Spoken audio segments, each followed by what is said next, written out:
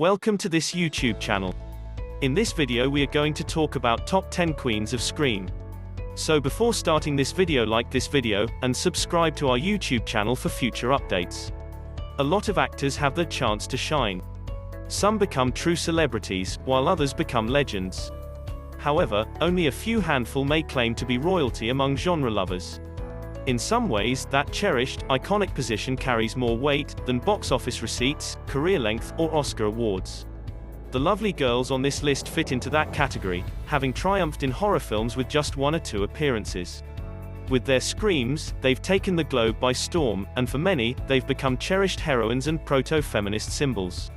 And they did it all while bleeding profusely and screaming for help. Scream queens have an unjustly bad reputation. Hollywood tends to pigeonhole them into horror films, and not take their performances, or their fans, seriously, despite their popularity and frequently great talent. That's a pity, because acting in horror films comes with its own set of difficulties. Roles frequently necessitate considerable emotional vulnerability, as well as physical exertion. Hey, escaping axe-wielding maniacs is exhausting. Find the greatest of the great, women who sit atop thrones of bone, and will terrify audiences for years to come, in the submissions below. Check out our list of the top 10 scream queens of all time. Number 10. Lupita Nyongo. But one film does not make a scream queen, and as amazing as it was to have a black family at the heart of a horror film in Us, it's even more incredible to witness a black actress making waves in this predominantly white genre. And if there was ever a perfect scream queen, it's Nyongo, who portrays both a kind schoolteacher and a zombie decapitator with equal ease, elevating everything she touches with her Oscar-winning acting talent. Let's hope she and other black actors continue to shock us. Number 9. Essie Davis. The star of the horror film The Babadook, which has been dubbed the most horrifying teaser of the year by critics, expressed her amazement that people were wailing in terror at a showing. Essie Davis, who portrays bereaved mother Amelia in the psychological horror film, described it as trending. The film follows Amelia and her 6-year-old son Samuel, who has been troubled by nightmares about the Babadook, a terrible monster who, according to the boy, is scheming to murder him. As Samuel's nightmares get increasingly vivid and twisted, Amelia notices the creature, and realizes that her son's nightmares may be based on reality. Number 8. Jessica Biel. Jessica Biel is part of a new generation of female performers that ooze well-read seriousness, a contemporary sense of humor, and a figure to die for. Biel's scream queen career has been limited thus far, with her most noteworthy horror job being in the remake of the Texas Chainsaw Massacre, 2003. What a remake it is as well. Biel is fantastic as Marilyn Burns, and she comes out of nowhere to steal the show with some fantastic acting, and a costume that accentuates her lovely physique.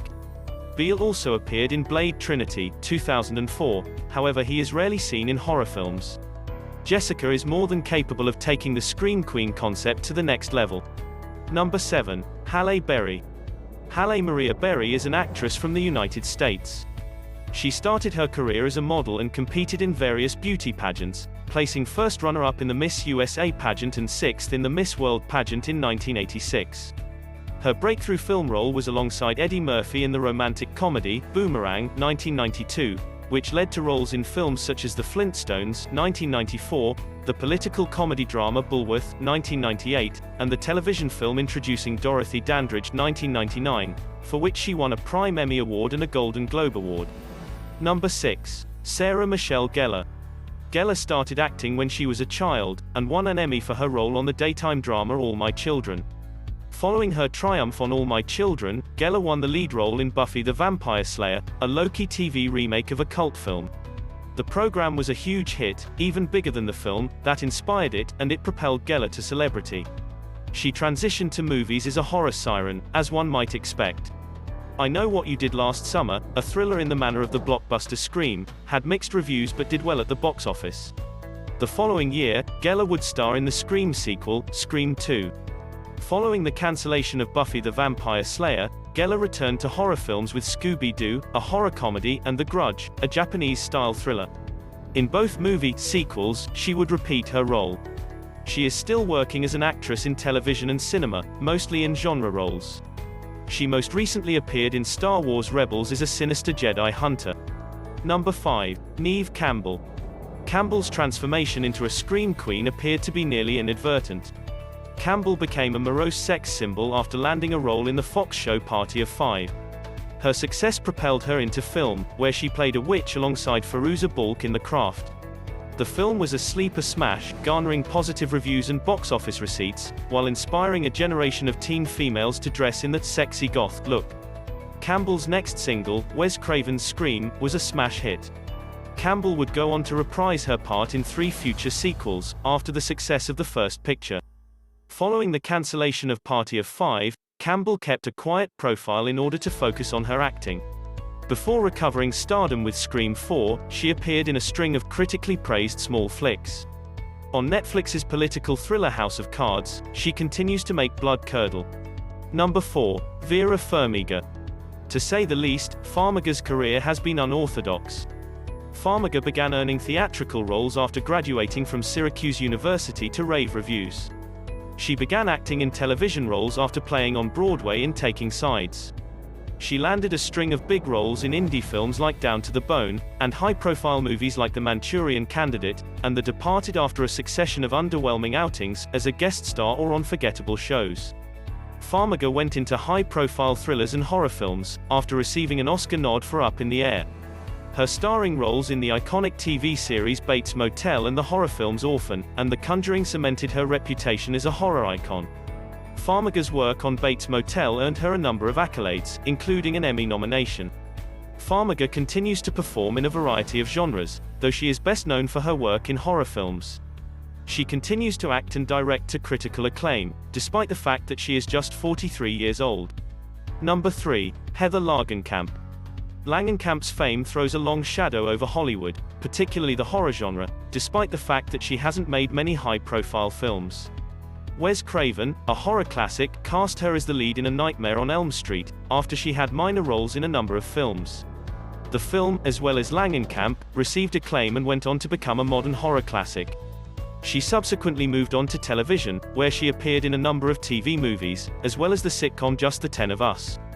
Later in her career she appeared in the Elm Street sequels A Nightmare on Elm Street 3, The Dream Warriors, and Wes Craven's New Nightmare, as well as the postmodern take on the series, Wes Craven's New Nightmare. Langenkamp has only chosen minor roles in recent years, preferring to focus on her life as a mother and wife. She also works as a special effects makeup artist for the horror TV shows American Horror Story and Scream Queens, ironically.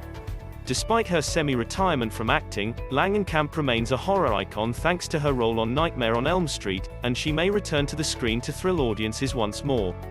Number 2. Jennifer Love Hewitt. Scream queens were typically defined by the subgenre in which they starred, and by the 1990s, slasher films had taken over the horror landscape, with studios eager to cash in on a resurgent interest in a genre that had been dormant for years.